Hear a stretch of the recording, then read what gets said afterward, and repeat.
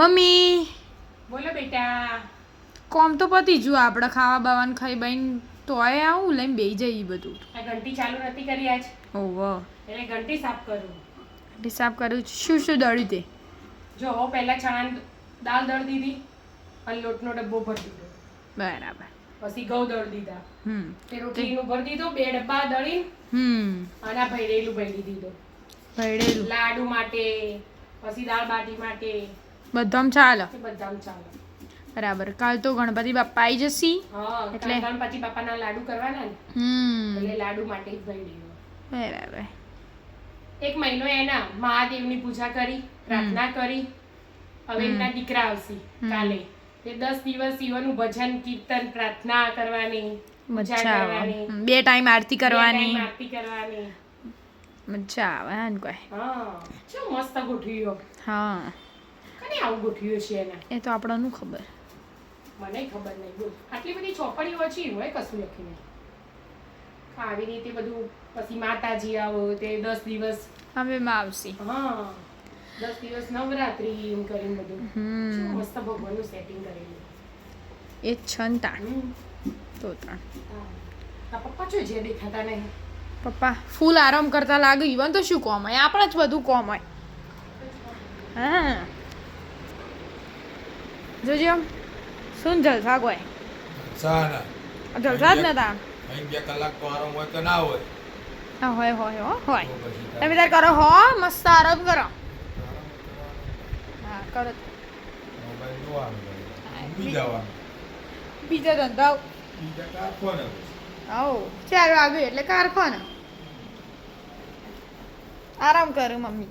સારું નહીં બનતું. આપણા ઘેર ઘઉં દળવા ગમું પણ આ ઘંટું સાફ કરવું નહીં ગમતું. આ ઘેર સારું આપણે ખાલી એક રૂમ બગડો.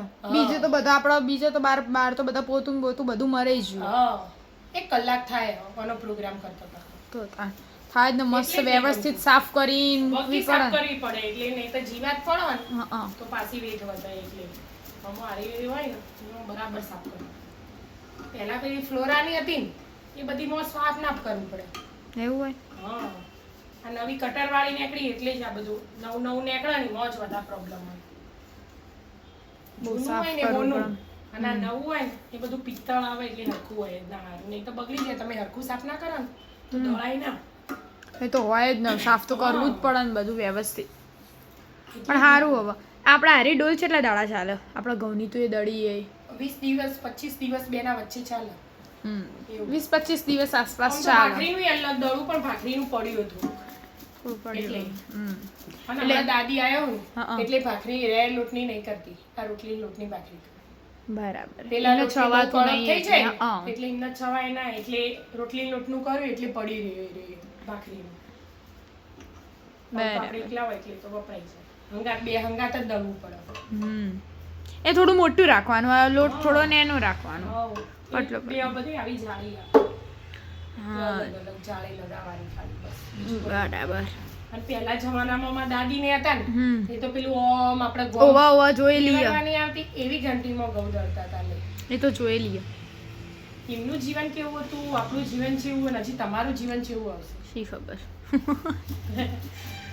કોઈને હેર તા સાફ કરી દેતા. હવે 1 કલાક પ્રોગ્રામ કરવાનું બેઠો ખાલી બ્રશ લેવાનો. બ્રશનો હાથો બટકાઈ ગયો જો. એવી રીતે અટકી રહ્યો હોય છો એટલે મારાથી જ તૂટ્યો લગભગ. તો તું એક તોડ દીધો અને તમને ઘણીવાર બેહાડ્યું ને શ્યામનાથી તૂટ્યો. શ્યામનાથી તૂટ્યો. એકવાર સામના બેહાડી ને પસાડ્યું. હા તો તૂટી ગયો. હેડ તા સાફ કરી દેતા. હા